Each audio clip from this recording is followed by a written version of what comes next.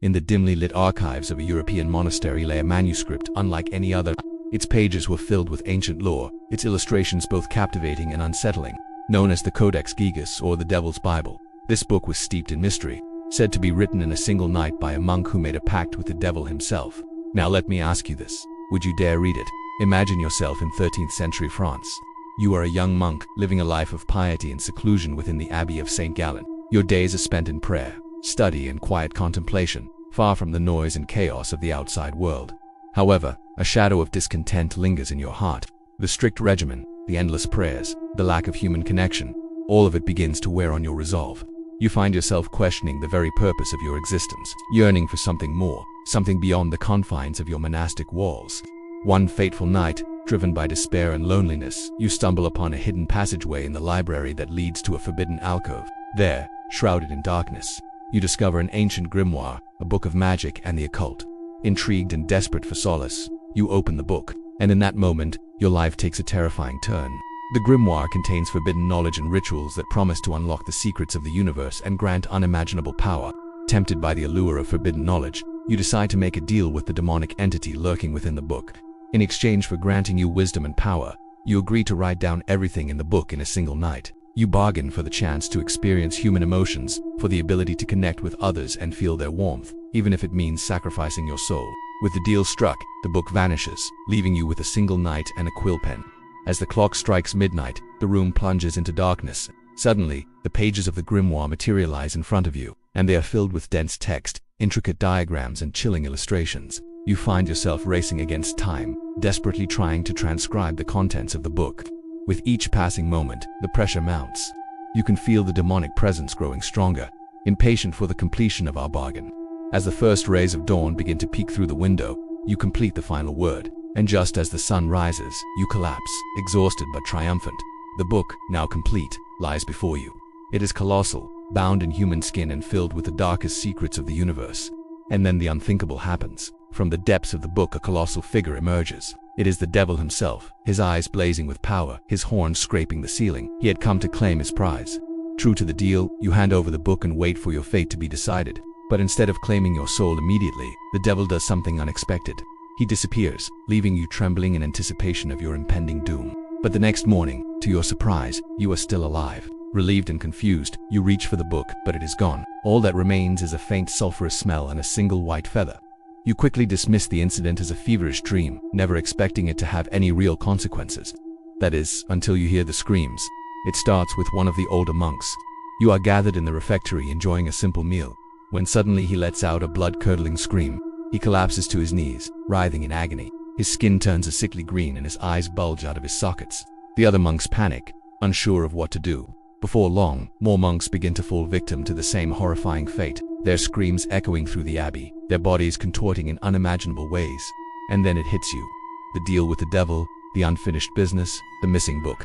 You realize with a jolt that the book was never a dream, it was real. And now the devil has come for the rest of the souls. In a desperate attempt to save himself, the young monk confesses everything to the abbot, hoping for guidance and help, but the abbot, blinded by his own ambition and lust for power, refuses to believe him. He sees the boy as mad, ranting about demons and forbidden books. The abbot, consumed by his own schemes, dismisses the warnings, failing to see the danger that lurks within the abbey walls. As more and more monks succumb to the mysterious illness, fear and paranoia grip the abbey. Accusations fly, friendships are broken, and the community that once offered solace and brotherhood now teeters on the brink of chaos. The young monk, desperate to save his brethren, sets out on a perilous quest to find the Devil's Bible and undo the curse that plagues the abbey. His journey takes him through treacherous forests, across desolate wastelands, and into the very heart of darkness. Along the way, he encounters mysterious figures, some helpful, some malevolent, all offering glimpses into the hidden world of magic and the occult. But the true horror lies not in the external dangers, but within the young monk's own mind. As he grapples with the guilt of his bargain and the responsibility for the curse, he is tormented by visions, nightmares, and the constant threat of demonic possession. With each passing day, the darkness within him grows, threatening to consume his humanity and transform him into the very thing he fears most, a vessel of the devil. Now let me ask you again, would you dare read this book? Would you risk unleashing unspeakable horrors just to satisfy your curiosity or thirst for power? Because in the case of those unfortunate enough to come across the Codex Gigas, the answer was a resounding yes. Back in reality, The mere mention of the Devil's Bible sends shivers down our spines. This infamous book, Codex Gigas, is not just a tale spun in the shadowy corners of monasteries. It is a chilling reality, a relic of a bygone era that has survived the test of time, housing within its ancient pages. The story doesn't end there. Imagine stumbling upon this book in an antique store or perhaps discovering it in your late grandfather's attic. What would you do? Would you resist the temptation to open it? Or would you, like many before you, succumb to the allure of the forbidden? The Codex Gigas, also known as the Devil's Bible, is a monumental manuscript that has captured the imaginations and terrified scholars alike. Originating in the 13th century during the height of medieval Europe, this behemoth of a book, measuring a staggering 3 feet by 4 feet, stands as a testament to both human ingenuity and a fascination with the darker aspects of our existence. What makes the Codex Gigas truly unique is its sheer size.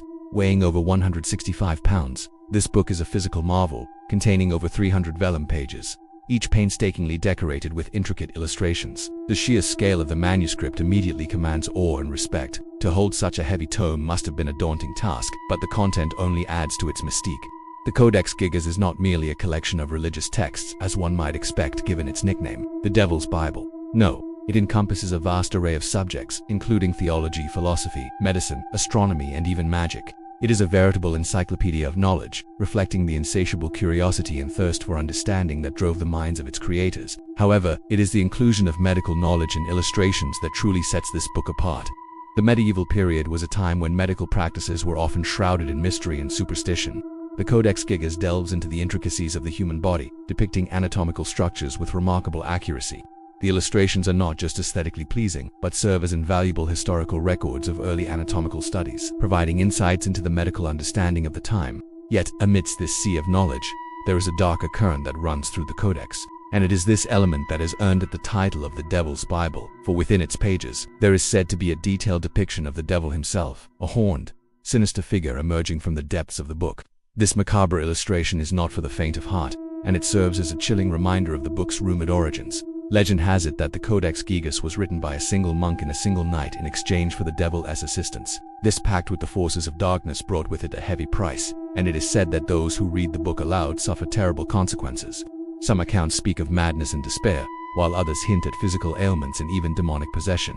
These terrifying tales have only added to the book's mystique, making it a subject of both fascination and fear. Now, you may be wondering why we tell these chilling stories today.